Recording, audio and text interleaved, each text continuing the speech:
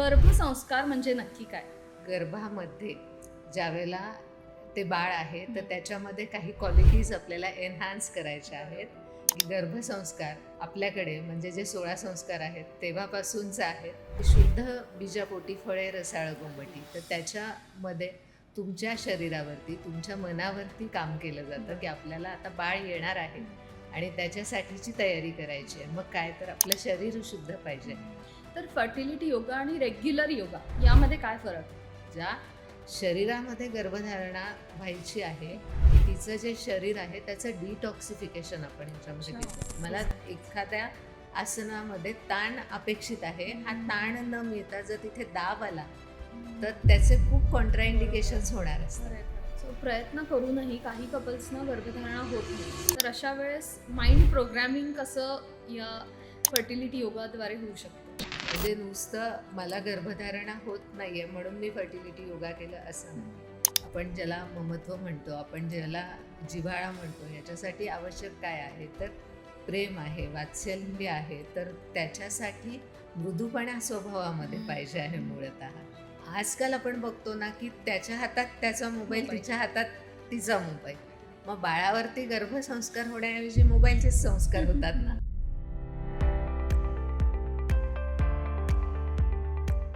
आजच्या धावपळीच्या युगात करिअर, स्ट्रेस, लाईफस्टाईल आणि इमोशनल प्रेशर यामुळे पेरेंटहूडचा प्रवास आजच्या कपल्सना जरा अवघड जात चालला आहे. पण खरंच जर शरीर, मन आणि एनर्जी एकत्र आणि चांगल्या प्रकारे आली तर मदरहूड आणि फादरहूड हे किती सुंदर प्रकारे आपल्याला याची सुरुवात छान करता येईल. तर म्हणूनच आजच्या पॉडकास्टमध्ये आम्ही याच विषयावर बोलणार आहे, तो म्हणजे गर्भसंस्कार, फर्टिलिटी योगा, PCOS आणि PCOD यासारख्या प्रॉब्लेम्सवर आम्ही आज बोलणार आहे. त्यासाठी आजच्या पॉडकास्टमध्ये मी आपल्या पाहुण्यांची ओळख करून देते. त्या एक योगा थेरपिस्ट आहेत, हर्षदा वाव्हळ. नमस्कार मॅडम. तुमचं स्वागत आहे. थँक्यू. तुमच्याबद्दल सांगा. मी हर्षदा वाव्हळ, गेली 10 वर्ष प्रेग्नन्सी योगा या फील्डमध्ये काम करते. मी योगा मास्टर आहे, योगा थेरपिस्ट आहे आणि मेडिकल योगाची डिप्लोमा होल्डर आहे. थोडंसं योग क्षेत्रामध्ये काम करत असताना माझ्या लक्षात आलं की वुमन हेल्थ सेक्टरमध्ये स्पेसिफिकली आपण जर काम केलं तर त्याला म्हणजे त्याची आज खूप गरज आहे. नक्कीच. आणि त्यामुळे म्हणजे प्रीनेटल योगा, फर्टिलिटी योगा आणि त्याचबरोबर मेनोपॉज योगा ह्या गोष्टींवरती मी फोकस केला आणि गेली अनेक वर्ष याच फील्डमध्ये मी काम करते. फारच छान. म्हणजे जसं बीज अंकुरल्यावर आपण त्याला योग्य पोषक वातावरण आणि सगळ्या गोष्टींची गरज जशी लागते चांगलं पीक यायला, तसंच गर्भधारणा करत असताना त्यावेळेस योग्य संस्कार घडले तर खरंच जन्माला येणारं बाळ किती निरोगी आणि सुंदर असेल. अगदी बरोबर. फक्त यामध्ये एक पॉईंट मी ॲड करेल मॅडम, की जसं तुम्ही म्हणलात की बीज रुजवल्यानंतर तर आपण बीजाची रुजवणी करण्यापूर्वी जी तयारी करतो ते सुद्धा आपण फर्टिलिटी योगा गरजेचं असतं, ते सुद्धा खूप महत्वाचं असतं. आणि तर नक्कीच आजच्या आपल्या पॉडकास्टला सुरुवात करूया. तर सुरुवातीचाच माझा असा प्रश्न आहे की गर्भसंस्कार म्हणजे नक्की काय? गर्भसंस्कार ॲक्च्युअली याच्या बाबतीमध्ये असं थोडेसे मिसकन्सेप्शन्स आहेत की गर्भसंस्कार म्हणजे नुसते स्तोत्र किंवा श्लोक या गोष्टी आहेत का, किंवा गर्भसंस्कार म्हणजे आजकालचं फॅड आहे का, हे पण. तर एक गोष्ट मी सांगेल की गर्भसंस्कार हे आपल्याकडे म्हणजे जे 16 संस्कार आहेत तेव्हापासूनच आहेत. आपल्या पुराणांमध्ये ह्याचे उल्लेख आढळतात. आणि गर्भसंस्कार म्हणजे गर्भामध्ये ज्यावेळेला ते बाळ आहे तर त्याच्यामध्ये काही क्वालिटीज आपल्याला एनहान्स करायच्या आहेत.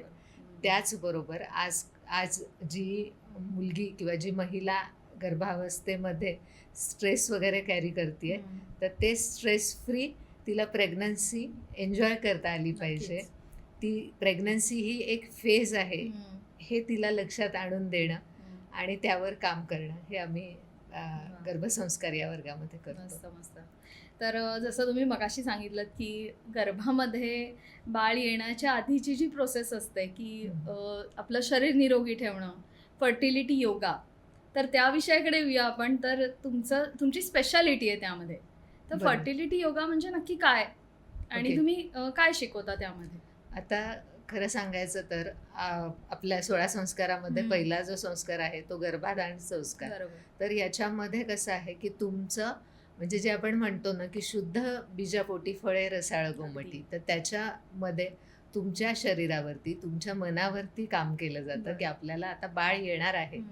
आणि त्याच्यासाठीची तयारी करायची आहे. मग काय तर आपलं शरीर शुद्ध पाहिजे, हम्म. आपलं मन त्यावेळेला प्रफुल्लित पाहिजे. बरोबर. आणि ह्या छोट्या छोट्या गोष्टींवरती काम करून फर्टिलिटी योगामध्ये आम्ही मुलींवरती म्हणजे छोट्या छोट्या गोष्टींवरती या वर्गामध्ये काम करतो. तर फर्टिलिटी योगा आणि रेग्युलर योगा यामध्ये काय फरक आहे? फर्टिलिटी योगा आणि रेग्युलर योगामध्ये बेसिकली खूप जास्त फरक आहे. बरं. कारण फर्टिलिटीमध्ये आपण फर्टिलिटी स्पेसिफिक योगासनं म्हणा किंवा बाकीचे चेंजेस, जसं की आजकालच्या म्हणजे प्रत्येक जनरेशनमध्ये जर आपण बघितलं तर आजकालची जी मुलं आहेत तर त्यांच्यामध्ये लाईफस्टाईल जी आहे तर त्याच्यामध्ये अनेक बदल करावे लागतात. म्हणजे हम्म. त्यांच्या जेवणाच्या सवयी आहेत, खाण्यापिण्याच्या हम्म. सवयी आहेत, त्यांची झोपण्याची वेळा आहेत किंवा इवन सोशल मीडियावरती दिला नक्कीच. जाणारा जो वेळ आहे, हम्म. तर ह्या सर्वांवरती पण आपण काम करतो त्या वर्गामध्ये. आणि सेकंडली त्यांचा जो योगाभ्यास आपण घेतो हम्म. तर त्यामध्ये गर्भधारणेसाठी उपयुक्त हम्म. जी आसनं आहेत बरं. तर ती आसनं घेतली जातात. त्याचप्रमाणे तो प्राणायाम त्या प्रकारचा घेतला जातो. त्यांना आपण ब्रीदिंग टेक्निक शिकवतो, रिलॅक्सेशन टेक्निक्स आपण त्यांचे घेतो. पण याचबरोबर मुख्य जसं मी मगाशी म्हटलं की शुद्ध बीजापोटी फळे रसाळ गोमटी, हो, तर हो. ज्या शरीरामध्ये गर्भधारणा व्हायची आहे हम्म. तिचं जे शरीर आहे त्याचं डिटॉक्सिफिकेशन आपण ह्याच्यामध्ये अच्छा. घेतो. तर ते योगिक डिटॉक्सिफिकेशन जे आहे बरं. तर त्याच्याने तिच्या शरीरात मूलतः जर वात किंवा पित्त किंवा कफ असेल तर तो कमी होतो. हो. आणि जे आपण म्हणजे तिचे जे ओव्हरीज आहेत हम्म. तर ते व्यवस्थित काम करतात. ओवास हम्म. व्यवस्थित त्याची साईज किंवा बरोबर. ओव्ह्युलेशन तिचं प्रॉपरली होतं असं आपण म्हणू शकतो. बरं. सो हे सगळ्या गोष्टी या फर्टिलिटी योगामध्ये होतात. बरोबर आहे. म्हणजे स्पेसिफिक त्या फर्टिलिटीसाठीचे रिलेटेड जे ऑर्गन्स आहेत तिथे बरोबर आहे. टार्गेट करून आपले तिथे टार्गेट करून योगा छोटंसं असतो. एक्झाम्पल मी देतो हम्म. की देते की पेल्विक फ्लोरा रिजन आहे बरोबर. आपला. हम्म. तर तिथे जो मेद साचलेला आहे हो. तो कमी होणं गरजेचं आहे. तिथलं ब्लड सर्क्युलेशन ते व्यवस्थित महत्त्वाचं. होणं गरजेचं नक्कीच. आहे. आणि त्यासाठी म्हणून त्या रिजनवरती काम करणारी काही आसनं आपण हो. घेतो. फार छान, मस्त. तर बऱ्याच महिलांना PCOD, PCOS या संबंधित असे प्रॉब्लेम्स असतात. बरोबर. तर फर्टिलिटी योगाद्वारे हे असे प्रॉब्लेम सॉल्व्ह होऊ शकतात का? हो, नक्कीच. फर्टिलिटी योगामध्ये जसं मी तुम्हाला हम्म. मगाशी म्हटलं की PCOD असू देत, PCOS असू देत, त्यांना थायरॉइड असू देत, फायब्रॉइडचे इश्यूज असू देत, तर त्या स्पेसिफिक जो काही त्यांना त्रास आहे ओके. त्याच्यावरती आपण काम करतो.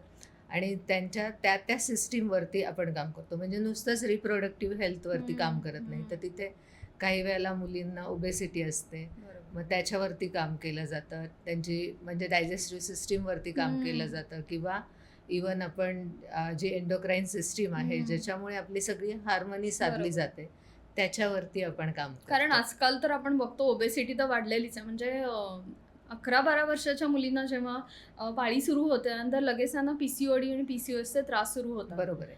तर PCOD आणि PCOS हे हां. जर तुम्ही बघितलात ना तर ह्याच्यामध्ये मेन काय आहे की तुमच्या लाईफस्टाईलमध्ये ज्या छोट्या छोट्या गोष्टींमध्ये तुम्ही ते कॅरी फॉरवर्ड करता, चुका ज्या असतात त्या रेक्टिफिकेशन वेळेवर नाही केलं की PCODचा त्रास होणारच आहे. जसं की आहार आहे, तर आपला महाराष्ट्रीयन आहार काय आहे? भाजी पोळी भात वरण, बरोबर आहे ना? त्याच्याबरोबर चटणी कोशिंबीर हे आलं. पण तसं न होता आज आपण जर बघितलं तर आपण चायनीज किती खातो, मग त्याच्यामध्ये जे आहे अजिनोमोटो आहे किंवा काय आहे तर ते आपल्याला हानिकारकच आहे.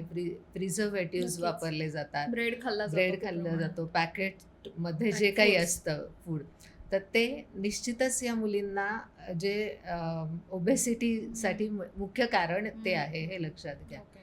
आणि दुसरी गोष्ट म्हणजे वेळेवरती खाणं नाही, वेळेवरती झोप नाही, व्यायामाचा खूप मोठा म्हणजे अभाव ज्याला म्हणतो तर तो तिथे आहे. आणि त्याच्यामुळे हे सगळं हार्मोन्सचं जे बॅलन्सिंग आहे तर तेच साधलं जात नाही. बरोबर. आणि हे वेळीच जर याच्यावर उपचार नाही केले तर हे पुढे इन्फर्टिलिटीमध्ये सुद्धा हे कन्वर्ट नाही होऊ शकतं. खूप म्हणजे आता तर असे म्हणजे आता मी एवढ्या 3 एरियाजमध्येच काम करते. पण माझ्याकडे खूप मुली ज्या म्हणजे किंवा जे मेनोपॉजमध्ये आहेत आणि त्या आई जेव्हा क्लासला लावते त्यावेळेला ती सांगते की नाही माझ्या मुलीला पीसीओडीचा प्रॉब्लेम आहे. पीसीओडीसाठी तुम्ही घेणार का तिला तिचा क्लास किंवा बरोबर. काय अशा गोष्टी असतात की म्हणजे तिथे कळतं. हां. पण आपण काय म्हणतो की मुलींना सुद्धा असं होतं ना की त्यांना हे लक्षात येत नाही की योगाद्वारे आपण ह्याच्यावरती मात खरंय, करू खरंय. शकतो. अगदी. बऱ्याच वेळा असं होतं की नाही मी डॉक्टरांकडे जाते, हम्म. मी औषधं घेते. पण औषधं हे जे आहे ते सोल्युशन नाही आहे. तिथनं तुमचा आजार मुळापासून बंद नाही होणार बरोबर. हे लक्षात येत नाही खरंच आहे. तिथे. तर मगाशी तुम्ही जर सांगितलं की फायब्रॉइड हा सुद्धा एक आजकाल खूप वाढत चाललाय इश्यू मुलींमध्ये. बरोबर. तर फायब्रॉइडवर सुद्धा आपल्याकडे योगाद्वारे हा त्रास कमी होऊ शकतो का? कारण आजकाल डॉक्टरांकडे गेलं तर सर्जरीच सांगतात. नाही आता फायब्रॉइडमध्ये कसं आहे माहिती आहे का की आता कुठल्याही कंडिशनमध्ये आपण जे त्यांचं मेडिकेशन आहे हो. तर ते अगदी लगेच स्टॉप करायला सांगत नाही. पण ज्या वेळेला योगाभ्यास त्या करतात तर त्यावेळेला सिस्टमॅटिकली 3 महिन्यानंतर जेव्हा रिपोर्ट केली जातात तर त्याच्यामध्ये बदल हे होतातच. बरं. छान. आणि म्हणजे आपण काय म्हणू शकतो की तिथे डॉक्टर्स पण सजेस्ट करतात बऱ्याच वेळा. म्हणजे फायब्रॉइड्स असतील किंवा छोट्या साईजची सिस्ट असेल वगैरे तर तुम्ही योगाभ्यास करा बरं. पॅरलली हे डॉक्टर पण सांगतात. ओके. जेव्हा काही कपल इन्फर्टिलिटी फेस करतात तर त्यावेळेस नेहमी स्त्रीलाच जबाबदार धरलं जातं. इथे पुरुषांकडे कधीच वळलं जात नाही किंवा त्यांच्यामध्येही प्रॉब्लेम असू शकतं, त्यांचाही स्पर्म काउंट कमी असू शकतो. तर यावर काय तुमचं म्हणणं आहे? म्हणजे काय सांगाल नाही यावर? हे आहेच आहे. आजकाल आपण जेव्हा म्हणतो ना की लाईफस्टाईलमध्ये हो, बदल हो. आहे तर हे लक्षात घ्यायचं आहे की ज्या वेळेला आपण जे सुरुवातीला मी तुम्हाला सांगितलं की गर्भाधान संस्कार हो. तर त्याच्यामध्ये हेच सांगितलेलं आहे की ज्यावेळेला तुमच्यामध्ये मातृत्वाची किंवा पितृत्वाची इच्छा उत्पन्न होते तर त्या क्षणी हा संस्कार करणं गरजेचं आहे. म्हणजे काय तर तुमच्या दोघांचंही शरीर जे आहे स्पर्म्स आणि ओवा ह्या दोन्ही पण जे त्याची क्वालिटी जर चांगली असेल तरच निश्चितपणे येणारं बाळ जे आहे ते त्या दृष्टीने सुदृढ किंवा आपण म्हणतो तसं म्हणजे सुदृढ आणि संस्कारी हो. हे जर असायला हवं आहे तर त्यासाठी दोघांनीही प्रयत्न करणं गरजेचं आहे. जसं आता आपण मुलींच्या बाबतीत ओबेसिटी म्हणलो हो. तसं मुलांच्या बाबतीतही ओबेसिटीचं प्रमाण खूप जास्त आहे. कारण शेवटी लाईफस्टाईल आहे. हो. त्याचप्रमाणे स्मोकिंग, ड्रिंक्स हे प्रमाण सुद्धा खूप जास्त आहे आणि त्याचा परिणाम जो आहे तर तो स्पर्म्सवरती होतो आणि म्हणजे जे बाळ येणार आहे तर त्या बाळाच्या मध्ये ज्यावेळेला काही दोष उत्पन्न होतात तर त्यावेळेला बऱ्याच वेळा हे असतं की ते बाबांकडनं पण आलेले असू शकते. ओके. तर त्यामुळे तुम्हाला बाळाची इम्युनिटी व्यवस्थित पाहिजे असेल किंवा बाळ आपण म्हणतो तसं सुदृढ सशक्त पाहिजे असेल तर निश्चितच बाबांनी सुद्धा स्वतःच्या फिटनेसकडे लक्ष देणं गरजेचं आहे. अगदी बाकी सगळ्या गोष्टी तुम्ही सोडून द्या पण उद्या बाळ येणार आहे त्या बाळाला आपल्याला वाढवायचं आहे म्हटल्यानंतर आपली एनर्जी जी आहे तर ती सुद्धा त्या बाबाला जे काही जागरण आहे त्याच्याबरोबर बाळाबरोबर खेळायचं आहे किंवा काय याच्यासाठी जर तो ओबेस असेल तर त्याला ते होईल का हा थोडासा विचार करणं गरजेचं आहे. आणि मी म्हणते तसं की प्रत्येक वेळेला म्हणजे नुसतंच मुलींवरती ज्या वेळेला गर्भधारणा होत नाही त्यावेळेला ती मुलगीच दोषी असते असं नाही. तर तिथे नक्की काही गोष्टी मिसिंग असतात. मग त्या मिसिंग गोष्टीत आपण जर त्याच्यामध्ये रेक्टिफिकेशन केलं तर निश्चितच गर्भधारणा होऊ शकते. सो ही दोघांची इक्वली जबाबदारी आहे. जबाबदारी आहे हो. आणि असं नाही ती म्हणजे समजून उमजून ह्या गोष्टी केल्या तर निश्चितच जो प्रवास आहे तर तो खूपच सुखकर होतो. खरे खरे. बरेच वर्ष प्रयत्न करून सुद्धा बाळ होत नसेल तर IVF कडे वळतात कपल्स काही. तर IVF करताना सुद्धा जर योगाची थेरपी घेतली आपण फर्टिलिटी योगा तर काही पुश मिळू शकतो का या गोष्टींना? खूप छान प्रश्न आहे हा. कारण बऱ्याच वेळा असं होतं की 100% फॅमिलीज ज्या आहेत त्या मेडिकेशनवरती अवलंबून असतात. पण छोट्या छोट्या गोष्टींमध्ये याच्यामध्ये आपल्याला काम करायचं असतं. म्हणजे तुम्ही ज्या वेळेला IVF करता किंवा IUI करता त्यावेळेला माझ्याकडे पण मुली अशा आलेल्या आहेत की 2 सायकल्स केले पण म्हणजे झालं नाही आहे IVF बरं, सक्सेसफुल किंवा काय. मग त्यावेळेला आम्ही त्यांच्यावरती ज्यावेळेला काम करतो, मी त्यांना कधीच असं म्हणत नाही की तुम्ही तुमची मेडिकल ट्रीटमेंट थांबवा म्हणून. पण पॅरलली जेव्हा तुम्ही ह्या गोष्टी करता तर त्यावेळेला बूस्ट मिळतं. नक्कीच. म्हणजे जसं की मी तुम्हाला सांगेल की ती मुलगी आहे पहिल्यांदा IVF केलं त्यावेळेला ती खूपच स्ट्रेसमध्ये आहे आणि ते फेल गेलं. हो. त्याच्यानंतर दुसऱ्या वेळेला IVF झालं. दुसऱ्या वेळेला झालं त्यावेळेला तिच्या मनामध्ये, तिच्या सबकॉन्शियस माइंडमध्ये काय प्रोग्रामिंग झालं, ती कायम हेच म्हणत होती की ह्या वेळेला फेल नाही झालं तर बरं होईल. ती भीती मनात होती. ती भीती मनात होती आणि तो स्ट्रेस जो आहे तर तो तसाच, म्हणजे ते जे सबकॉन्शियस माइंडचं प्रोग्रामिंग झालं तर त्याच्यामुळे IVF जे आहे ते फेल गेलं. तर त्यामुळे इथे जे काम करायचं असतं आपल्याला, तर आपण जे सबकॉन्शियस लेवलवरती पण योगनिद्रेचा उपयोग करतो किंवा काही ॲफर्मेशन्स त्यांना सांगतो, व्हिज्युअलायझेशन त्यांना सांगतो की त्याच्यामुळे म्हणजे जे काही ट्रीटमेंट तुम्ही घेताय तर त्याला योगाभ्यास हा सपोर्टिव्ह होतो तिथे. वा वा, मस्त, फारच छान. कारण काही वेळेस अशा वेळेस खूप घाबरून गेलेले असतात हो. मुली, सो तिथे तुम्ही ग्रुप सेशन्सही घेतात. हो हो तर बरोबर आहे. त्यामुळे- म्हणजे कसं होतं की आता ज्या वेळेला फर्टिलिटी योगासाठी फॉर एक्झाम्पल बॅचमध्ये ती आलेली आहे, ती घाबरून गेलेली आहे किंवा खूप सारं प्रेशर असतं तिच्यावरती. आणि एक तर पहिली गोष्ट म्हणजे कसं की त्या सगळं प्रेशर ती कॅरी करत असते आणि ती आलेली असते इथे, तर त्यावेळेला तिच्या मनामध्ये म्हणजे 100% तिला खात्री नसते बरोबर. की काय होणार गर्भधारणा आहे, काय होईल की नाही. पण ठीक आहे, सगळ्यांनी सजेस्ट केलं म्हणून मी करते. जाते. पण ती ज्यावेळेला तिथे तशाच मुली बघते, इतर हम्म. मुली, की बाबा ह्यांनी पण घेतलेलं आहे आणि हिचा प्रॉब्लेम हा आहे, ग्रुप डिस्कशन्स होतात, त्यावेळेला त्यांच्या मनामध्ये जे साचलेलं आहे ते व्यक्त Okay. होतात त्या.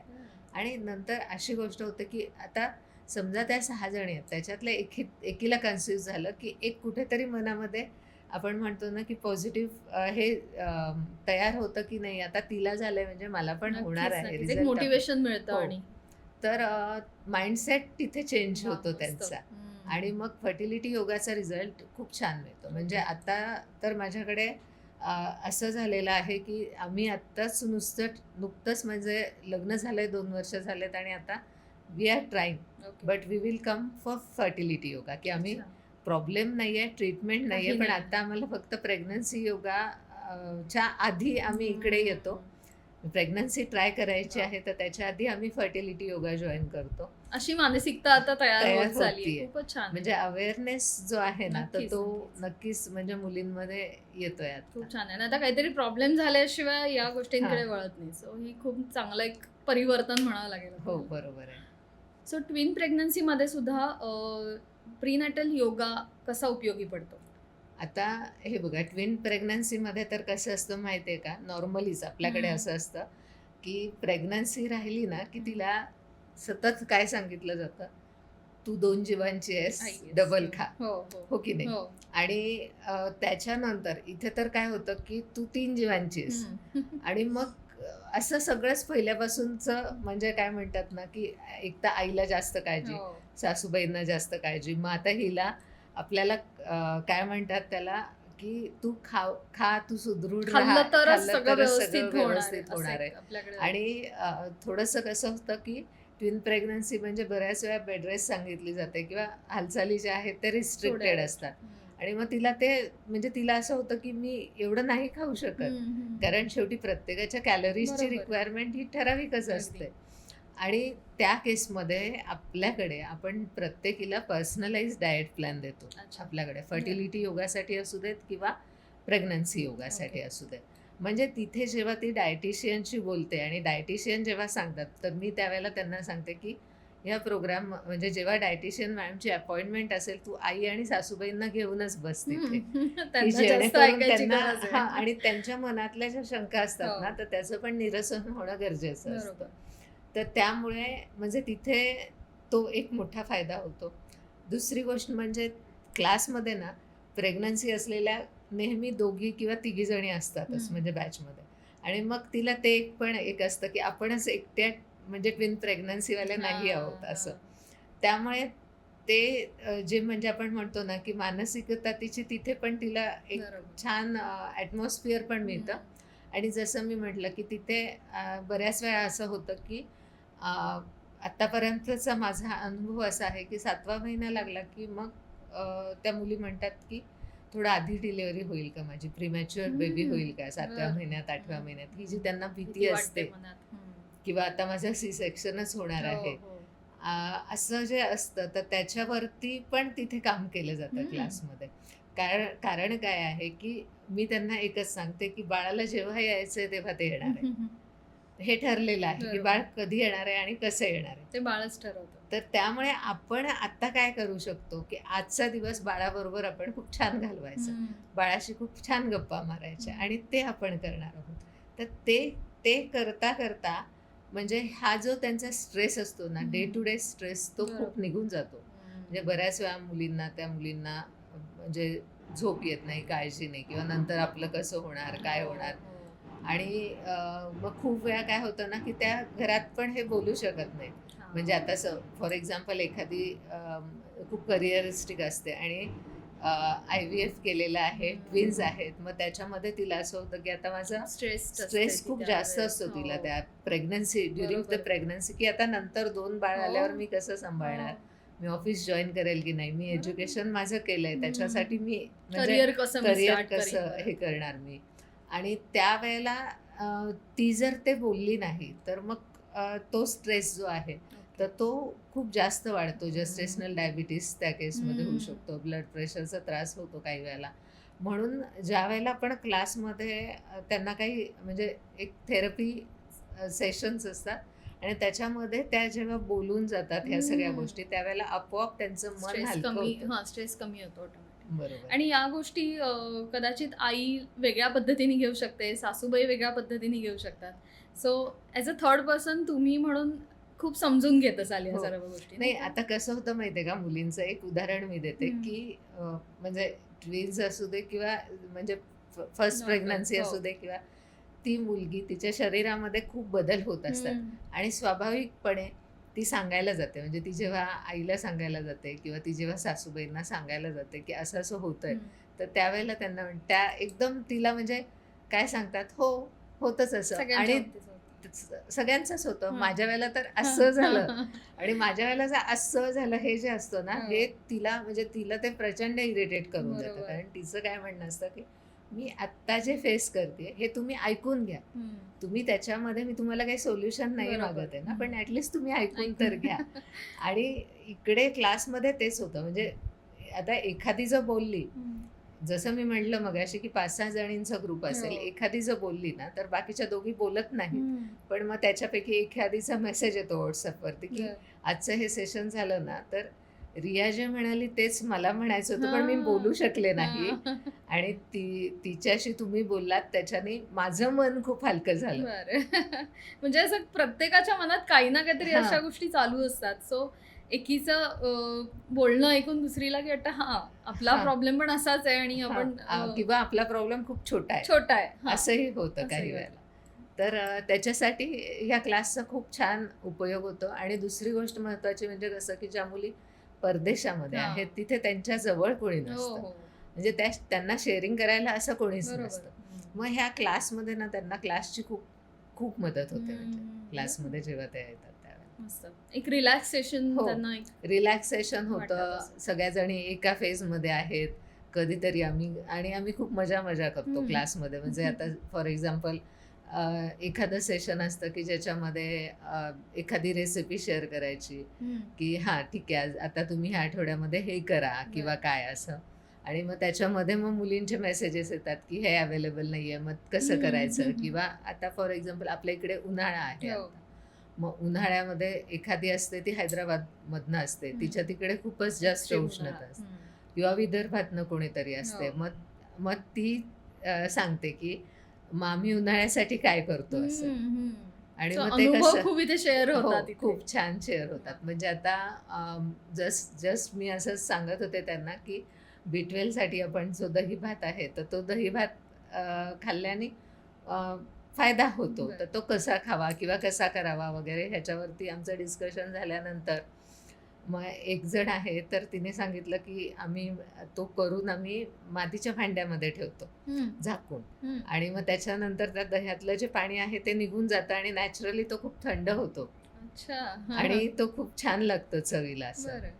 आणखी एकीने सांगितलं की आमच्याकडे दही भात करताना त्यामध्ये डाळिंबाचे दाणे लागतातच. त्याशिवाय मी पण हां, खाल्ला तसा हां. डाळिंबाचे दाणे टाकलेला. तर म्हणजे त्याच्यामधली व्हरायटी आहे हो. किंवा त्याच्यामधले काय म्हणतात की कशा प्रकारे त्याच्यातल्या क्वालिटीज आपण अजून एनरिच करू बरोबर, शकतो. बरोबर. तर हे सगळं एकदम डिस्कशनमुळे खेळीमेळीत हो, असं आणि वातावरण शक्य असतं. होतं. आणि खूप वेळा मुलींचं असं असतं ना की आता म्हणजे मी ऑफिस करते किंवा माझं वर्क फ्रॉम होम चालू आहे आणि बरोबर. त्याच्यामध्ये मी कसं काय करू. हम्म.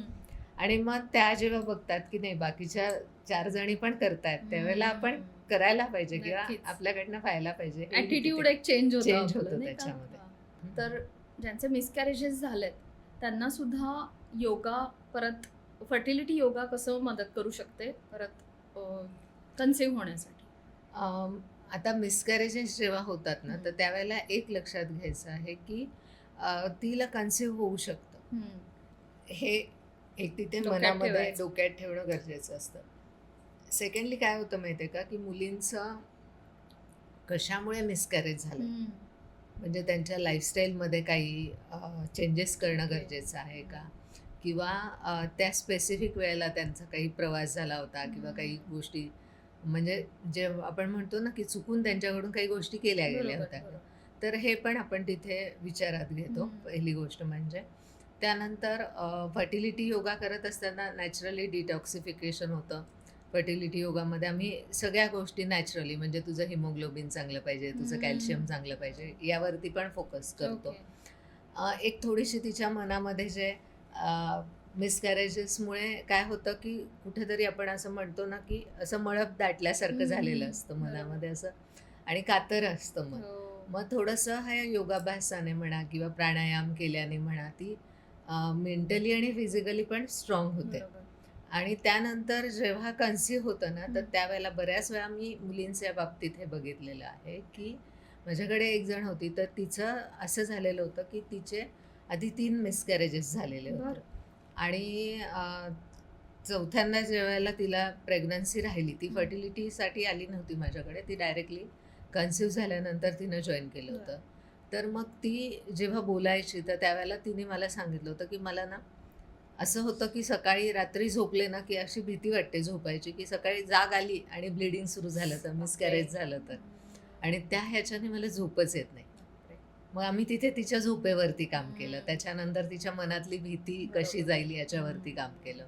आणि त्याच्यानंतर म्हणजे काही काही वेळेला असं असतं ना की म्हणजे ती भीती जी आहे तर तीच या गोष्टी होण्यासाठी कारणीभूत असते, असंही लक्षात येतं. तर त्यामुळे त्यांनी स्ट्रेस वाढतो, स्ट्रेस त्यामुळे बीपी वाढतो, हो. आणखीन वाढत असे, मग सगळ्या गोष्टी impact करतात. त्याप्रमाणेच होतात ना, असं होतं. आणि म्हणजे तो जो सगळा स्ट्रेस आहे किंवा हे असं कुठेतरी असं होईल का याच्यामध्ये ते प्रोग्रामिंग असं होतं की हे असं होणारच आहे. तर त्यामुळे तिथे आपण काम करतो असं. ओके. पण खरंच पॉझिटिव्ह विचारांचा काय फरक पडतो नाही, ना खूप- आपल्या शरीरावर. खूप शरीरावर, प्रचंड मनावरती प्रमाणात. म्हणजे इतका फरक पडतो ना की म्हणजे अशा केसेसमध्ये असं होतं की ती मुलगी नाही, तिची सासू, तिची आई, नवरा तर बिचारा त्याला काहीच माहिती नसतं बरं का. म्हणजे माहिती नसतं म्हणजे कळत नसतं. हां. म्हणजे त्याला हे पण माहिती नाही की आता मी तिला कसं सांभाळू. फक्त हो. तिचे म्हणजे तिला काही व्हायला नको, पण काही म्हणजे काय हे पण कळत माहिती नाही. नसतं. आणि ज्या वेळेला म्हणजे एक क्लासला ती आल्यानंतर 1 महिना 2 महिन्यामध्ये तिच्यामध्ये ट्रिमेंडस चेंजेस होतात. ती व्यवस्थित खायला लागते, बरं. बोलायला लागते किंवा काय. मग त्यावेळेला स्पेसिफिकली फोन करून तिचा नवरा सांगतो की म्हणजे काय होईल ते होईल, पण मी आता खूप रिलॅक्स अरे झालोय. वा. म्हणजे मागच्या वेळेला मी खूप टेन्शनमध्ये बरं. होतो किंवा काही वेळेला म्हणजे आई काही वेळेला इतकी म्हणजे घरून येतं तिला फोनवरती माझ्याशी बोलते त्यावेळेला की होईल ना हो सगळं व्यवस्थित यावेळेला. एक काहीतरी मूल झालं म्हणजे बरं की नाही दोन्ही बरोबर. कुटुंबाच्या दृष्टीने असं.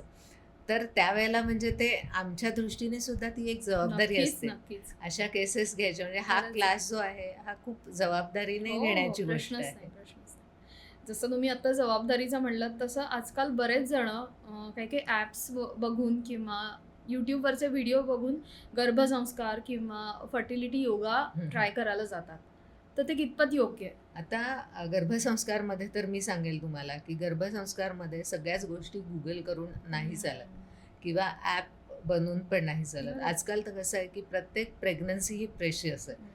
एका फॅमिलीमध्ये होणारं मूल एकच असतं. नक्कीच. मग त्यामध्ये मला असं म्हणायचं आहे की ॲपचं एकच असतं की त्यांना असं असतं की माझ्या वेळेला ते अवेलेबल हो, आहे हो. म्हणून मी ते घेते Convenience प्रमाणे. कन्व्हिनियन्सप्रमाणे. कधी मी सकाळी करेल, कधी मी बरोबर. संध्याकाळ करेल.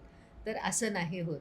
म्हणजे ज्यावेळेला तुम्ही योगाभ्यास करताय तर एक रुटीन तुम्हाला हवं आहे. तुम्हाला ती एनर्जी जी आहे तर ती पाहिजे आहे. त्या अभ्यासाने जी एनर्जी मिळेल तुम्हाला ती तुम्हाला दिवसभर टिकते. नक्कीच. असं कुठल्याही वेळेला काहीही करून होत नाही. त्याच्यानंतर तुम्हाला त्यावेळेला स्पेसिफिक काही त्रास होत असेल तर ते ॲपला नाही कळत. बरोबर आहे. तुमचं पोश्चर ॲपला नाही कळत, हे लक्षात घ्या. म्हणजे तुम्ही करत असताना आता ज्यावेळेला म्हणजे आपण प्रिनेटल योगा, प्रेग्नन्सी योगाबद्दल बोलतो त्यावेळेला माझं खूप लक्ष मुलींकडे बरोबर. असतं. कारण कुठल्याही प्रकारे चुकीचं केलं, नक्कीच, मला नक्कीच. एखाद्या आसनामध्ये ताण अपेक्षित आहे, हा ताण न मिळता जर तिथे दाब आला तर त्याचे खूप कॉन्ट्राइंडिकेशन्स होणार असतात. खरंय, खरंय. तर त्यामुळे म्हणजे मी तर अगदी म्हणजे कोणालाही सांगेल की भलेही तुम्ही योगाभ्यास करू नका, पण म्हणजे गुगल गुरुचा ॲप नक्कीच. वापर केलाय किंवा काय असं तर ते म्हणजे तुम्हाला ते खूप हानिकारक होऊ नक्कीच. शकतं. तज्ञांचा सल्ला घेणं कधी पण कधी चांगलं पण आहे चांगलं त्याच्यामध्ये. असं. आणि आणखी एक मी ॲड करेल याच्यामध्ये की म्हणजे जो कोणी योगतज्ञ म्हणजे तुम्ही जॉईन करत आहात तर त्याचं क्वालिफिकेशन बघणं, हो. या फील्डमधला त्यांचा एक्सपिरियन्स बघणं हे सुद्धा खूप वेळा गरजेचं असतं. नाहीतर आपण काय करतो की म्हणजे कुठला तरी फिटनेस क्लास जॉईन केलेला आहे, जिम करतो आहे आणि त्याच्यामध्येच आपण हे करतो. तर त्याच्यामुळे काही वेळेला म्हणजे ॲबॉर्शन्स होण्याचा सुद्धा धोका बापरे. असतो. तर चुकीच्या पद्धतीने कुठलीही गोष्ट करणं हे कधीही घातकच नक्कीच, नाही. नक्कीच.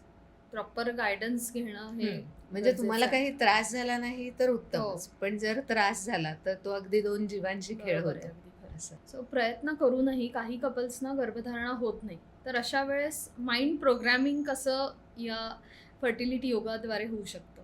आता प्रयत्न करूनही आपण ज्यावेळेला म्हणतो ना की गर्भधारणा होत नाही, तर त्यावेळेला हे लक्षात घ्यायचं आहे की तुम्ही म्हणजे प्रयत्न करताय तर तुम्ही ज्यावेळेला ट्रीटमेंट घेताय, मेडिकल ट्रीटमेंट घेताय ना, तर ते सुद्धा तुम्ही आम्हाला शेअर करणं हे खूप गरजेचं ओके. असतं की मी ही ट्रीटमेंट घेतेय बरं. किंवा माझा प्रॉब्लेम किती वर्षापासूनचा आहे, मी किती वर्ष झाले ट्राय करतेय, तुमचं एज काय आहे, तुमचं वजन काय आहे, ह्या सगळ्याचा सगळ्या विचार गोष्टी. फर्टिलिटी योगामध्ये बरोबर. करावा लागतो.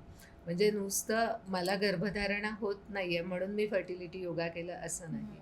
तर म्हणजे अगदी तुमचा हिमोग्राम काय आहे किंवा तुम्हाला PCOD आहे का, PCOS आहे का, थायरॉइड आहे का, हे सगळं सुद्धा बघितलं जातं ओके. त्याच्यामध्ये. आणि मग त्याच्यानंतर तो प्रोग्राम तसा डिझाईन करायला लागतो. आणि सगळं पर्सनलाइज तुमच्याकडे असतं, म्हणजे हो. पर्सनलाइज डाएट पासून पर्सनलाइज व्यायाम प्रत्येकानुसार वेगवेगळे असतात. प्रत्येकानुसार वेगवेगळे असतं. कारण का एखादीला समजा कुठला त्रास आहे, हाय बीपीचा त्रास आहे, ओके, आणि त्या हाय बीपीच्या त्रासामध्ये मी तिला काही म्हणजे कॉन्ट्राइंडिकेटेड गोष्टी घेतल्या तर तिला त्रास होऊ शकतो ना आणखी त्याचा. तर त्याच्यामुळे हा सगळा म्हणजे त्यांची माहिती आधी घेऊनच त्याप्रमाणेच प्रोग्राम हा आखावा लागतो, त्याप्रमाणेच करावा लागतो. आणि फर्टिलिटी योगामध्ये माझं असं आहे की मी रजिस्ट्रेशन जे आहे ते 3 महिन्याचंच घेते कंपल्सरी. कारण कसं की कुठली पण गोष्ट असं नाही आहे ना की फी हळद आणि वगैरे लगेच इफेक्ट नाही होत. ती म्हणजे आपण जे म्हणतो 90 दिवसांमध्ये रक्तवर्तुळ चेंज होतं हो. पूर्ण. तर त्याच्याप्रमाणे आपल्या शरीरामध्ये हळूहळू ते चेंजेस व्हायचे आहेत आणि आपल्याला ट्रान्सफॉर्मेशन करायचं आहे. बरोबर. तर त्याच्यासाठी ठराविक वेळ हा द्यावाच दिलाच गेला लागतो. पाहिजे. नक्कीच. बऱ्याच वेळा असं होतं की मुलींना अगदी 10 म्हणजे वयाच्या 18व्या 19व्या वर्षीपासून PCODचा त्रास बरं. असतो. आणि आता ज्यावेळेला गर्भधारणा होत नाही त्यावेळेला वयाच्या 35मध्ये क्लास जॉईन केल्यानंतर असं होतं त्यांना की आता मला PCODचा त्रास लगेच थांबला पाहिजे. तर हे लक्षात घ्यायचं आहे की तसं जो नाही आजार होत. तुम्ही 15 वर्ष काय म्हणजे जो म्हणजे ज्याला तुम्ही 15 वर्षापासून फेस करताय जो आजार, तर तो असा 1 महिन्यात 2 महिन्यामध्ये नाही जाणार ना. बरोबर. तर त्यामुळे त्याच्यावरती त्या पद्धतीनेच काम केलं जातं आणि तेवढा पेशन्स तुमच्यामध्ये नक्कीच. असणं गरजेचं तेवढा आहे. तर पेशन्स ठेवा. हां. बरेच जण करिअरला प्राधान्य देतात. एकदा सेट झालं की मग बाळाचा विचार करायला सुरुवात करतात. तर असं कराईपर्यंत 32 ते 35 मध्ये विचार करायला लागतात की आता आपल्याला बाळ हवंय. तर फर्टिलिटी योगाद्वारे हे पॉसिबल आहे का? आता हे एक लक्षात घ्यायचं आहे, की जेवढं तुमचं वय जसं-जसं पुढे जाईल, तसं-तसं म्हणजे तुमचं वय 35 असेल, तर तुमच्या नवऱ्याचं वय 37 असणार आहे. बरोबर. तर हे जे आहे ह्याच्यामुळे काय होतं, की स्पर्म्स आणि ओव्हाची क्वालिटीसुद्धा तेवढी सुदृढ राहत नाही आणि चान्सेस असं नाही आहे, की तुमचं वय वाढलं म्हणजे 100% चान्सेस कमी झाले. 100% म्हणजे नाहीच आहेत चान्सेस किंवा काय. पण ह्या योगाभ्यासाने आपले ते चान्सेस वाढू शकतात. हो. ओके. तुमच्या लाईफस्टाईलमधल्या चेंजेसमुळे, तुमच्या ओव्हरऑल हेल्थवरती आपण इथे काम बरोबर. करतो. तर त्याच्याने. पण खरंच म्हणजे हा एक खूप गांभीर्याने विचार करण्याचा आत्ताची म्हणजे गरज आहे आता, खरंय, खरंय. असं मला वाटतं. कारण बऱ्याच मुलींच्या बाबतीत हे होतं ना, की लग्नच तिशीला होतात उशिरा आता. होतात. आणि लग्न झालं, मग माझा जॉब इकडे होता, त्याचा जॉब इकडे इकडे होता. मग आम्ही आता एका सिटीमध्ये आलोय. मग 1 वर्ष एकमेकांबरोबर घालवलंय बरोबर. आणि मग आता आम्हाला वाटतं, हे आम्हाला वाटतं ला त्या जवळ-जवळ 35शीला येतं. आणि काही जणी म्हणजे माझ्याकडे फर्स्ट प्रेग्नन्सी 38-39व्या वर्षी अशा झालेल्या बरं, आहेत बरं. मुली. डिलिव्हरी झालेली आहे. पण कसं होतं ना, की त्याच्यामध्ये म्हणजे ज्याला आपण हाय रिस्क प्रेग्नन्सी हां. म्हणतो, तर त्या काहीतरी कॅटेगरीमध्ये कॉम्प्लिकेशन्स येऊ जातात ते त्या गोष्टी.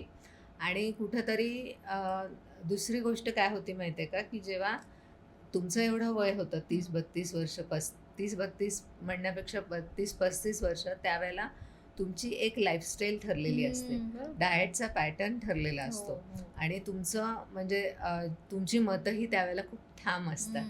मग असं चालत नाही ना. प्रेग्नन्सीच्या वेळेला तुम्हाला खूप साऱ्या गोष्टी ज्या आहेत त्या म्हणजे ॲडजस्टमेंट आली बरोबर. खूप. आणि ह्याच्यामध्ये मग मुलींचा जो स्वभाव असतो, की मोडेन पण वाकणार नाही, असा जर स्वभाव असेल तर खूप त्रास होतो. खरंय. म्हणजे इथे हट्टीपणा उपयोगाचा हो. नाही आहे ना. आपण ज्याला ममत्व म्हणतो, आपण ज्याला जिव्हाळा म्हणतो, ह्याच्यासाठी आवश्यक काय आहे तर प्रेम आहे, वात्सल्य आहे. तर त्याच्यासाठी मृदूपणा स्वभावामध्ये पाहिजे आहे मूळतः. हे लक्षात घेणं गरजेचं तो आहे. पण म्हणजे जेव्हा प्रेग्नन्सी धारणा होते किंवा हं. गर्भधारणा होते त्यावेळेस तो स्वभाव ऑटोमॅटिक होत जातो का? आता किंवा ते ह्याच्यामध्ये मातृत्व हां. येत जातं का म्हणजे ते स्वभावात? आता ह्याच्यामध्ये कसं असतं ना, की खूप सारे चेंजेस तुमच्या स्वभावामध्ये होत होतात असतात. आणि हे चेंजेस होत असताना पहिली गोष्ट तर सुरुवातीच्या काळामध्ये त्या मुलीमध्ये ना खूप इन्सिक्युरिटी पण फील होते तिला बरोबर. ह्या सगळ्या गोष्टींमधनं. आणि जर काही कॉम्प्लिकेशन्स असतील ना, तर मग ते खूप जास्त असतात ते प्रकार. पण जे काही आपण जे जे हार्मोनल बॅलन्स सॉरी हॉर्मोन्समध्ये जे काही चेंजेस होतात हां. तिथे, तर त्या चेंजेसमुळे मुलींच्या स्वभावामध्ये फरक हा पडतोच. पण बऱ्याच वेळा हेही लक्षात घ्या, आत्ता आम्ही हेही अनुभवलेलं आहे, की मूड स्विंग्स हे खूप जास्त असतात. आणि त्याला कारण म्हणजे जे तुमचा आहार आहे, तर तो व्यवस्थित नसतो ओके. आणि त्याच्यामुळे पण बऱ्याच वेळा मुलींचे मूड स्विंग्स हे खूप जास्त बरं. असतात. म्हणजे अगदी मागच्या महिन्यातलंच उदाहरण सांगेल. म्हणजे एका बाबाने फोन केला होता, तिचा होणाऱ्या बाबाने असं म्हणूया आपण, की त्यानं सांगितलं मला, की "ताई बोलायचं आहे, थोडा वेळ द्याल का?" तर मला ना हीच म्हणजे मला ना काही समजतच नाही आहे हिचं काय असं असं आहे ते. तर म्हटलं काय झालं? तर त्यानं सांगितलं, की तिने मला सांगितलं होतं, की मला गुलाबजाम खायचे आहेत. आणि मग मी म्हटलं ठीक आहे, आणतो. मग ते नको मला स्पेसिफिक ह्याच दुकानातनं पाहिजेत असं. आणि मग त्या दिवशी मला जमलं नाही. पण तरी पण मग दुसऱ्या दिवशी मी हे केलं आणि घेऊन आलो सगळे. आणि मग जेव्हा आले, तर त्यावेळेला ती मला म्हणायला लागली, की "नाही मला माझी आज इच्छा नाही आहे." मग मला असं वाटलं, की काल ती म्हणत होती आणि आज मी आणले. बरोबर. म्हटल्यानंतर मग ती खुश रुसली आहे होईल. बहुतेक माझ्यावरती, की रुसली आणि म्हणून ती मला म्हणते, नाही की नको म्हणते. आहे असं. म्हणून मग मी तिला फोर्सफुली खायला घातलं, की "नाही तू खाच, नाही तर मी जेवणार नाही." असं तसं करून खायला घातलं. म्हणे तिने खाल्लं. पण नंतर खूप उलट्या झाल्या हो तुला.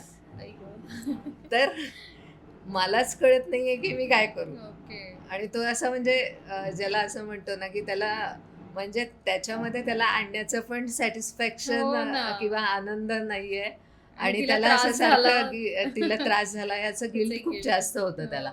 तर त्या केसमध्ये म्हणजे हा जो आहे तिच्या शरीरामध्ये जे बदल होत आहेत तर त्याचा हा परिणाम आहे बरं. हे लक्षात घ्यायला पाहिजे. म्हणजे त्याचा त्रास न होता किंवा बरोबर. त्यावेळेला तिच्यावरती चिडचिड करणं हम्म. किंवा स्वतः कुठेतरी त्या म्हणजे ते गिल्ट मनामध्ये बरोबर. धारण करणं याच्यापेक्षाही आवश्यकता काय आहे आत्ताच्या घडीला की ठीक आहे तिला त्रास झालाय ना मग तिला थोडं सेटल करूया आता बरोबर. दुसरा विषय काढूया. आणि त्यासाठी खूप वेळा म्हणजे होणारे बाबा पण आम्हाला फोन करतात की असं असं होतंय. म्हणजे अगदी मग काही वेळेला तिचे मूड स्विंग्समुळे तिची चिडचिड हो. असू देत किंवा काही गोष्टी तिला सांगायच्या असू देत तर त्याही वेळेला ॲज अ मीडिएटर म्हणून आम्ही तुम्हाला ते असतोच. काम करावं लागतं. अगदी. आजकालचा नवीन ट्रेंड बेबी मून, जसं हनीमून तसं बेबी मून. अगदी. तर त्यावेळेस अगदी छान म्हणजे 4थ्या-5व्या महिन्यात वगैरे कपल जातात फिरायला, कारण पुढे आपल्याला तो एकत्र टाइम स्पेंड करायला मिळणार नाही, म्हणून ते एक असा ट्रेंड आला. तर त्याबद्दल काय सांगाल? आता खरं सांगू का की ट्रेंड हे म्हणजे काय म्हणतात त्याला की बदल किंवा ट्रेंड हे नेहमीच येत राहतात. पण त्याच्या मागे धावून किंवा त्याच्या मागेच पळणं हे योग्य नाहीये हे मुलींना लक्षात आलं पाहिजे.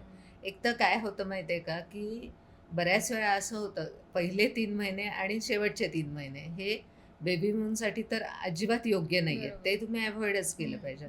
मग मधल्या काळामध्ये तुम्ही जर जात असाल कुठे तर त्याही वेळेला असं होतं ना की म्हणजे जाताना होणारा जे तुमचं ट्रॅव्हलिंग आहे तर त्या ट्रॅव्हलिंगसाठी लागणारा वेळ आहे किंवा वातावरण आहे. समजा उन्हाळा असेल तर त्यात होणारा त्रास आहे तिला किंवा बऱ्याच वेळा असं होतं की नाही आता आपल्याकडे साधी गोष्ट आहे की म्हणजे तिला शूला जायचं असेल तरी पण कम्फर्टेबल अशा जागा नसतात अशा वेळेला.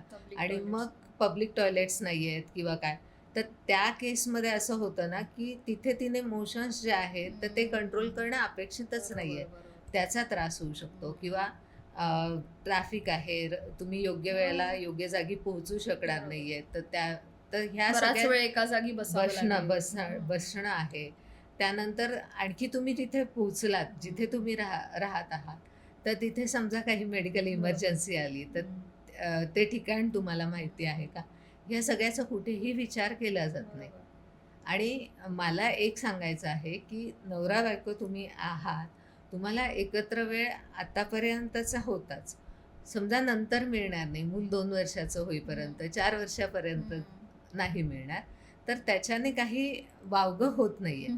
पण कुठंतरी त्याच्या मागे लागून आपण आपल्या म्हणजे प्रेग्नन्सीमध्ये काही वेळेला जर या अशा केसेसमध्ये काही त्रास झाला नंतर तिला पूर्ण 9 महिने बेड रेस्ट घ्यावी लागली किंवा काय तर म्हणजे त्याची एन्जॉयमेंट म्हणा किंवा हे न राहता तो तुम्हाला आयुष्यभरासाठी ताप होऊन जातो. त्या सगळ्याचा आधी विचार हो, केला पाहिजे. त्या सगळ्याचा विचार करणं खूप गरजेचं आहे. खरंच आपण म्हणजे खूप मोठ्या जॉईंट फॅमिलीमध्ये राहतोय का आपल्याला खरंच एकमेकांसाठी वेळ मिळत नाहीये का हे कुठेतरी त्याचा विचार करणं हे खूप गरजेचं आहे. आणि त्याचबरोबर म्हणजे आता जसं तुम्ही हे विचारलं तर म्हणजे जे प्रीनेटल बेबी शूट्स असतात तर फोटोशूट्स प्रीनेटल फोटोशूट्स असतात तर त्यावेळेला त्याच्याबद्दल सुद्धा मला खूप मोठा आक्षेप आहे. कारण आपल्याकडे बघा आपली जी परंपरा आहे तर त्याच्यामध्ये आपलं पोट जे आहे ते झाकण्याची आपली परंपरा आहे. गर्भधारणा झाल्यानंतर शक्यतो म्हणजे अगदी तुम्ही कुठल्याही ड्रेसमध्ये असाल आणि वडीलधारी मंडळी जर असेल घरामध्ये तर शक्यतो असं असतं आणि त्याला काहीतरी कारणं असतील की नाही. आता साधी गोष्ट आहे की ज्या वेळेला मुली ह्या शूटसाठी आग्रह धरतात फायनान्शियली प्रत्येक फॅमिलीची ती कॅपॅसिटी नसते पण मग तिचा हट्ट आहे मग आता हट्ट पुरवला नाही तर ती रुसेल रागवेल चिडेल म्हणून तो बाबा ते सगळ्या गोष्टी ॲडजस्ट करतो. ॲडजस्ट करून तुम्ही त्या म्हणजे जातात त्यावेळेला मग मला हा गाऊनच नको होता हे टेक्स्चरच चांगलं नाही हा कलरच चांगला नाही असे अनेक रुसवे फुगवे त्यावेळेला 9व्या महिन्यात हे फोटोशूट 9व्या महिन्यात असतं. व्यवस्थित वाढल्यानंतरच हे केलं जातं. आणखी तुम्हाला त्यातही पुढची गोष्ट मी सांगते की ते आजकाल असं असतं की डेस्टिनेशन हो. वरती कुठेतरी असतं, बरोबर. असं नाहीये की स्टुडिओमध्येच नाही, असेल. नाही, नाही. मग तिथे जाणं येणं, परत मी मगाशी म्हटलं तसं की ती खाण्यापिण्याचे हाल होतात, वेळा सांभाळल्या बरोबर आहे. जात नाहीत. माझ्याकडे 2-3 केसेस अशा झालेल्या आहेत की फोटोशूट करून आल्या आणि नंतर दुसऱ्या दिवशी 2 दिवस ॲडमिट करायला अरे लागल्या. बाप! तर ती त्यामुळे दगदग सहन दगदग होत नाही. सहन होत बरोबर. नाही ती. म्हणजे काही अगदी एकीचं तर असं झालं की त्यांनी प्लॅन केलं, ते गेले कुठे, म्हणजे त्यांनी अगदी बागेत वगैरे ठरवलं ओके. होतं आणि ते गेले. तिकडे खूप पाऊस झाला. मग ते झालं नाही. मग त्या दिवशी परत आले. मग दुसऱ्या दिवशी गेले आणि मग बापरे! नंतर ना मग तिला 2-3 दिवस, कारण एवढं शक्य सलग नसतं 2-3 सलग दिवस बरोबर आहे. 2-3 हेक्टिक दिवस होतं. त्याच्यासाठी वेळ काढणं किंवा तयार होणं. परत ते ब्युटिशियन आली. ह्या सगळ्या गोष्टी, त्यांचं ते टाईम टेबल बरोबर. सांभाळणं वगैरे. तर हे खूप म्हणजे मी काय म्हणते की बऱ्याच वेळा हे लक्षात घ्यायचं आहे की ही खरंच गरज आहे का? हा विचार करणं खूप गरजेचं आहे. आता आपल्याकडे तुम्ही बघाल तर सीमोंतन नयन संस्कार जो 16 संस्कारामध्ये हं. सांगितले गेलेला आहे, ज्याला आपण आजकाल डोहाळे जेवण डोहाळे म्हणतो. जेवण. हो. तर ते किती छान रूपामध्ये केलं जातं, की सगळं कुटुंब तिथे येतं. हो. तो एक आशीर्वचन तिथे बाळाला दिलं हं, जातं हं. आणि ती आपली परंपरा आहे. तर ते तुम्ही अगदी छान करा ना. बरोबर. पण नाही, आमच्याकडे डोहाळे जेवण करत नाहीत. पण मग डोहाळे जेवण नाही आहे म्हणून मग आम्ही काय म्हणतात त्याला, प्रेग्नन्सी फोटोशूट फोटोशूट करणार आहोत. करणं. तर हे कुठेतरी चुकीचं आहे. बरोबर. मस्त सांगितलं तुम्ही. हे ना आज खरंच डोळे उघडे ठेवून हा विचार करायची खूप गरज आहे आज प्रत्येक अहो, कपलनी. किती फॅमिलीजमध्ये भांडणं होतात माहिती आहे का? हो ना. म्हणजे हा गाऊन पाहिजे, मग त्याचं भाडं इतकं आहे, मग ते मला नाही परवडत, मग तुम्ही तिला समजून सांगा ना वगैरे. आणि काहीतरी म्हणजे कोणीतरी केलेलं असतं ते. ते बघूनच ते बघून मग तिने सोशल केलंय म्हणजे मीडियावरचा तिच्यापेक्षा इम्पॅक्ट. मला भारी करायचंय. हे खूप जास्त खरंय, असतं. खरंय. तर गर्भसंस्कार हे फक्त काही मंत्र किंवा संगीत, मेडिटेशन हेच आहे का आई-वडिलांचं इमोशनल वेल सुद्धा यामध्ये येतं? ओके. आता गर्भसंस्कारामध्ये एक लक्षात घ्या. पहिली गोष्ट म्हणजे की गर्भसंस्कार ही फक्त त्या मुलीने करायची गोष्ट नाहीये. हं. तर त्या पूर्ण फॅमिलीची फॅमिली. इन्व्हॉल्वमेंट अगदी तिथे खरंय, अपेक्षित अगदी आहे. खरंय. मग छोट्या-छोट्या गोष्टी असतात ज्याच्यामध्ये आपण मुलींना त्या करायला सांगतो. हं. जसं की सकाळचं म्हणजे आपलं एक सेशन असतं ज्याच्यामध्ये आपण स्तोत्र, श्लोक, मंत्र हे सगळं घेतो बरं. आणि ते आम्ही ऑडिओ त्याचा लावतो. हं. मुलींनी मी काय म्हणते त्यांना, की तुम्ही ऐका ते हं. ॲटलीस्ट. तुम्हाला म्हणणं, बसणं त्यावेळेला शक्य नसेल तर तुम्ही ते ऐका. बरोबर. त्याचबरोबर आपला योगाभ्यास आहे, हं. तो योगाभ्यास करायचा आहे. मेडिटेशन करणं गरजेचं आहे. त्याच्यानंतर तुम्ही व्हिज्युअलायझेशन करणं हं. गरजेचं आहे. पॉझिटिव्ह अफर्मेशन्स गरजेचे आहेत. हे तिथे तिने एकटीने करून उपयोग नाही आहे. हं. तिच्या नवऱ्याची साथ पण तिथे अपेक्षित बरोबर. आहे. त्यानंतर आणखी एक गोष्ट आहे, की आता जसं की रीडिंग. हं. बऱ्याच वेळा असं होतं, की मी कुठली पुस्तकं वाचू प्रेग्नन्सीमध्ये. हो, हे सुद्धा पण होतं. त्यावेळेला आम्ही ज्यावेळेला सांगतो ना, त्यावेळेला म्हणजे 2ऱ्या-3ऱ्या महिन्यामध्ये वाचली जातात. मग नंतर तिला कंटाळा येतो. मग अशा वेळेला समजा त्याने एखाद्या वेळेला एखादं पुस्तक, की ठीक आहे आज तुला नाही ना, तुला नाही ना, तर मी मोठ्याने वाचतो, तू ऐक. हं. पण आजकाल आपण बघतो ना, की त्याच्या हातात त्याचा मोबाईल, मोबाईल. तिच्या हातात तिचा मोबाईल. अगदी. मग बाळावरती गर्भसंस्कार होण्याऐवजी मोबाईलचेच संस्कार होतात ना. साधं वॉकिंगला जायचं आहे, तर वॉकिंगला जसं आपला मगाशी विषय झालेला आहे, की बेबी मूनसाठी जाताय, त्याच्याऐवजी रोज तुम्ही हातात हात घालून वॉकिंगला जा. अगदी खरं. अगदी मोबाईल तुम्ही घरी ठेवून. घरी ठेवून. हो. 30-40 मिनिट रोजचे तुम्ही चाललात किंवा अगदी 20 मिनिट जरी चाललात, तरी बऱ्याच गोष्टी एकमेकांबद्दल तुम्हाला त्या वेळात माहिती होतील. नक्कीच, नक्कीच. तर हे जे आहे, हे म्हणजे हे चेंजेस खूप गरजेचे आहेत. हं. जसं मी म्हटलं, की फॅमिलीची इन्व्हॉल्वमेंट गर्भसंस्कारमध्ये. तर आपल्याला माहिती आहे, की 4थ्या-5व्या महिन्यामध्ये बाळाचे कान विकसित झालेले आहेत. त्याला सगळं बाहेरचं ऐकायला येतं. हं. आणि मग हे ऐकायला येत असताना जसं आपण तिला सांगतोय, की तू स्तोत्र मोठ्याने म्हण किंवा तू स्तोत्र ऐक, श्लोक ऐक. पण घरामध्ये जर टीव्ही चालू आहे कंटिन्युअस, त्याच्यामध्ये कुठलं तरी म्हणजे सीरियल्स चालू आहेत. कारस्थानं, हां. भांडाभांडी. काहीतरी मग ते असे विचित्र आवाज बाळाच्या कानावर पडतात. बरोबर. मग तिथे त्या फॅमिलीचा रोल जो आहे तो महत्त्वाचा आहे, की नक्कीच. नाही आपल्याला आपण थोडंसं लिमिटेड करूया हे. हो. म्हणजे हा जो आवाज तिच्यासाठी योग्य नाही आहे तो कमी करूया. किंवा खाण्यापिण्याच्या सवयी ज्या आहेत, की आपण जसं म्हटलं की प्रेग्नन्सीमध्ये डाएट इम्पॉर्टंट आहे. डायटिशियनने तिला डाएट दिले. बरोबर. मग ती डाएट सांभाळणार आणि तिच्यासमोर आपण वडापाव खाणं हम्म. हे योग्य नाही आहे ना. किंवा मग तिला की तुला सारखे कसे क्रेविंग्स होतात असं म्हणणं, नाही नाही तुला ते योग्य नाही आहे, तू हे बाळासाठी खायचं आहे. बरोबर. आणि आपण तिच्यासमोर पाणीपुरी खाणं हे योग्य नाही आहे ना. बरोबर. अगदी. तर कुटुंबाचा रोल तिथे खूप महत्त्वाचा असतो. हम्म. हे लक्षात घ्यायचं आहे की बऱ्याच वेळा असं होतं की म्हणजे तिने आता इथे ना अगदी दोन टोकं म्हणजे मी अनुभवते हम्म.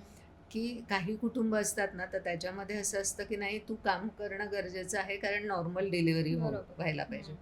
आणि ते काही प्रमाणात योग्य पण आहे. आणि काही ठिकाणी असं असतं की म्हणजे ते एक आपण म्हणतो ना मिशन बनलेलं असतं तिच्या सासूबाईंसाठी किंवा तिच्या आईसाठी. तिची डिलिव्हरी व्हायला पाहिजे व्यवस्थित. व्हायला पाहिजे. आणि त्याच्यासाठी तू झोपून राहा, हा. तू काही करू नकोस, तू फक्त मला सांग, मी तुला सगळं जागेवर आणून ठेवतो. तर हे जी दोन टोकं आहेत तर त्याच्यामध्ये मला असं वाटतं की ती दोन्ही योग्य नाही आहेत. असं खरंय. म्हणजे तिची हालचाल व्हायला पाहिजे माफक प्रमाणात, योग्य त्या प्रकारे तिने व्यायाम केला पाहिजे, तिने चाललं गेलं पाहिजे, हे पण गरजेचं आहे. पण म्हणून मग अगदी 9व्या महिन्यापर्यंत 8व्या महिन्यापर्यंत वाकून तिने किचन ट्रॉलीमध्ये भांडी ते लावतीये किंवा ती कुठेतरी वॉशिंग मशीनमधले वाकून कपडे काढते आणि ते जड उचलतीये. वाळत घालायला जाते. हे खूपच बरोबर. चुकीचं आहे ना. तर ह्याच्यावरती विचार करणं खूप गरजेचं आहे. म्हणजे तिला थोडा आराम सुद्धा पाहिजे आणि थोडं बरोबर आहे. शरीराला व्यायाम सुद्धा व्यायाम हा पाहिजे. पाहिजेच आहे बरोबर. तिच्यात. बॅलन्स त्याच्याबद्दल करता आलं हो. पाहिजे इथे. म्हणजे त्या कामाचा तिला स्ट्रेस नको वाटायला हा. की मी आता झोपली आणि माझ्यासाठी आता भांडी बरोबर. लावायची राहिली वाट मग मी बघतात. झोपायला नको, मी आराम करायला नको, असं तिला कधी वाटायला नको. हे लक्षात घेतलं बरोबर. पाहिजे. प्रेग्नन्सीचा म्हणजे जो काळ आहे ना तर त्या काळामध्ये तिला समजून घेणं हे खूप गरजेचं आहे. म्हणजे मुलींच्या दृष्टीने पण मी सांगेल की त्यांनी पण हे गोष्टी प्रेग्नन्सी ह्याचा म्हणजे त्या फेजचा खूप डोळसपणे विचार करणं गरजेचं आहे. म्हणजे कुठल्याही चुकीच्या गोष्टी की जे ह्याच्यामध्ये मी आणि एक सांगेल बरं का की खूप वेळा असं होतं मुलींचं की म्हणजे मला डोहाळे लागले असं त्या सांगतात आणि त्याच्या मागे म्हणजे कुठल्याही वेळेला काही झोमॅटो करून ऑर्डर करणं की नाही मला 2 वाजताच भूक लागते म्हणून मग मला तू 11 वाजताच 10 वाजताच पिझ्झा ऑर्डर करून ठेव आणि मला आज भूक लागणारच आहे आणि त्यावेळेला मला पिझ्झाच खायचा आहे. हे किती चुकीचं आहे हे लक्षात घ्या की तिने तिथे लक्षात घेतलं पाहिजे की आपले क्रेविंग्ज आहेत ते आणि त्याच्यावरती काम करणं गरजेचं आहे. असं आणि ते हेल्दी क्रेविंग्स कसे कन्वर्ट करता येईल त्याचा विचार करायला पाहिजे ना की ते कसं आपण हेल्दीमध्ये म्हणजे कन्व्हर्जन करू की जे आता तुम्ही जर रात्री म्हणजे 12 वाजता 1 वाजता 2 वाजता जर पिझ्झा खात असाल तर तो कसा डायजेस्ट होणार? नाहीच होणार. दुसऱ्या दिवशी त्रासच होणार तुम्हाला. अशा गोष्टी आहेत ना. त्यामुळे म्हणजे प्रत्येक कुटुंबातल्या प्रत्येकाचीच म्हणजे तिची प्रेग्नन्सी हे काय असतं म्हणजे आजकाल तर असं असतं ना की एकच बाळ आहे आणि मग प्रत्येकाचंच लक्ष तिकडे लागलेलं असतं. तर मग सगळेच जण अगदी म्हणजे तुला काय हवंय तुला काय नकोय असं पण नको आहे. बऱ्याच वेळा मग मुलीला असं पण होतं की खूप जास्त होतंय तर तिला ते पण वाटायला नकोय. कुठेतरी हा बॅलन्स साधला गेला पाहिजे. तुमच्या अशी काही मिरॅकल केस होऊन गेली आहे का प्रेग्नन्सीच्या बाबतीत? आता माझ्याकडे एक मागच्या 2 वर्षापूर्वी एक जण होती तर तिला ना सासूबाई नव्हत्या घरामध्ये. तिच्या सासूबाई नव्हत्या आणि तिचं असं होतं ना की म्हणजे ती फॅमिली होती म्हणजे तिच्या आजी सासूबाई होत्या, त्याच्यानंतर दीर होते तिचे, मोठी फॅमिली होती, सासरे होते आणि ती एकटीच मुलगी. आणि त्याच्यामध्ये तिला असं व्हायचं की म्हणजे आता आजी सासूबाई आहेत पण सासूबाई नाही आहेत. मग त्यांचं जे काही मत असेल तर त्या मताने त्या चालणार किंवा त्या सांगणार आणि तिला खूप ह्या गोष्टीची म्हणजे चिडचिड व्हायची तिची, अशी खूप जास्त चिडचिड व्हायची आणि मग इतकी जास्त चिडचिड तिची सगळी त्या नवऱ्यावरती निघायची आणि त्याला इतकं टेन्शन यायचं की तो म्हणायचा की घरात आलो किंवा बेडरूममध्ये गेलो की ही इतकी चिडचिड करते आणि त्रागा करते की मला प्रश्न पडतो की हिची डिलिव्हरी व्यवस्थित होईल ना, किंवा ते बाळ व्यवस्थित असेल ना, किंवा काय. आणि त्या केसमध्ये असं झालं ना की म्हणजे जेव्हा जेव्हा त्याचं साधारण महिन्यातनं 2-3 वेळा तरी फोन येणारच असं. ओके. आणि मग त्याच्याशी बोलणं, त्याचे म्हणजे त्याचे पेशन्स वाढवणं, याचबरोबर तिला काउन्सिलिंग करणं. तर ह्याच्यामध्ये म्हणजे तिला मला हे सांगायला लागलं की तुझे सासरे आहेत किंवा तुझ्या आजे सासूबाई आहेत, तर ह्याचा म्हणजे बाळाला तो सहवास किती महत्त्वाचा बरोबर आहे. आहे आज अगदी. प्रत्येक घरामध्ये तो हो, नसतो मिळत किंवा नाही. काय. आणि मग त्याच्यानंतर म्हणजे तिच्यामध्ये साधारण 8व्या-9व्या महिन्यामध्ये खूप छान बदल झाले. आणि म्हणजे आजही म्हणजे तिच्या नवऱ्याचा म्हणजे त्या मुलाचा जेव्हा फोन येतो, बाळ बाळ 2 वर्षाचं झालं, वाढदिवसाला येणार का तुम्ही? असं अगदी फोन आवर्जून तो फोन करतो. त्यावेळेला तो सांगतो की तुमच्यामुळे माझ्या बायकोमध्ये खूप बदल झाला. किती छान. तर हे पण एक आहे, लक्षात म्हणजे राहण्यासाठी. स्वभावामध्ये त्यांना बरोबर. कुठेतरी त्या चुकत असतात किंवा काही गोष्टी घडतात, तर डे टू डे त्यांना हे सांगणं गरजेचं बरोबर. असतं.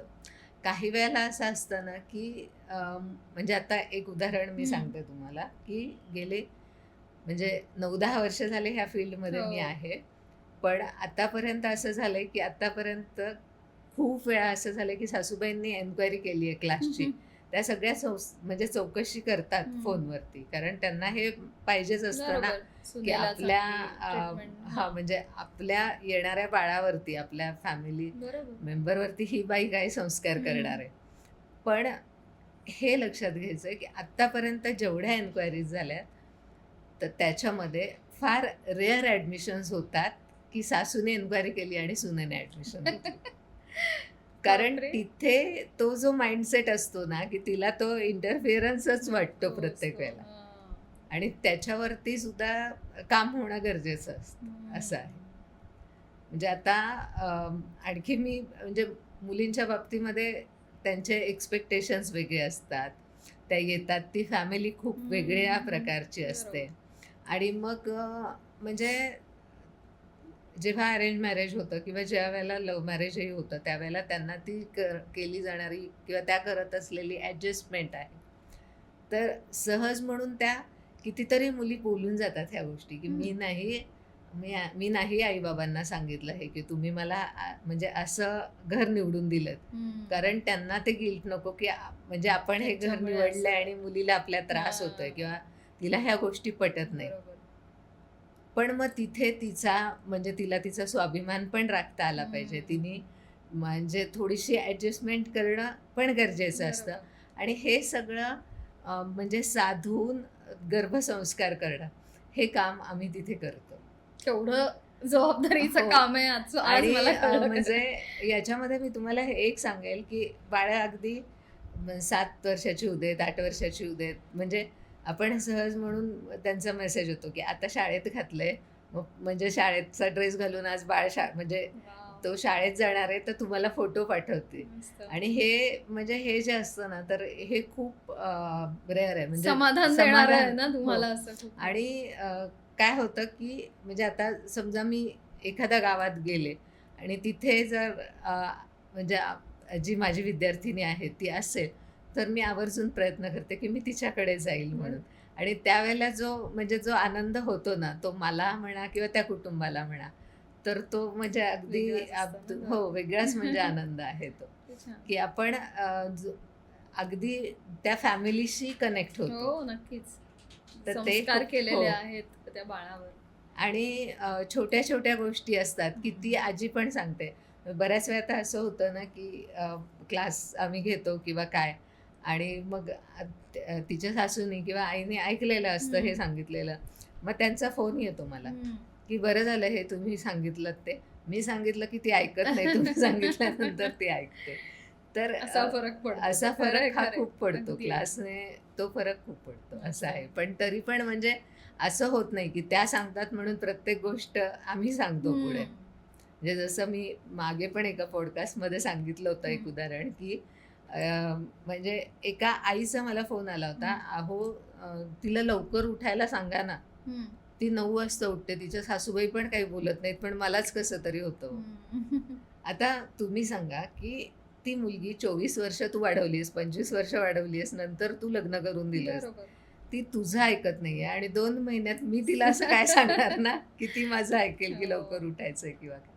तर ह्या अशाही अशाही गोष्टी. गोष्टी असतात मजेच्या.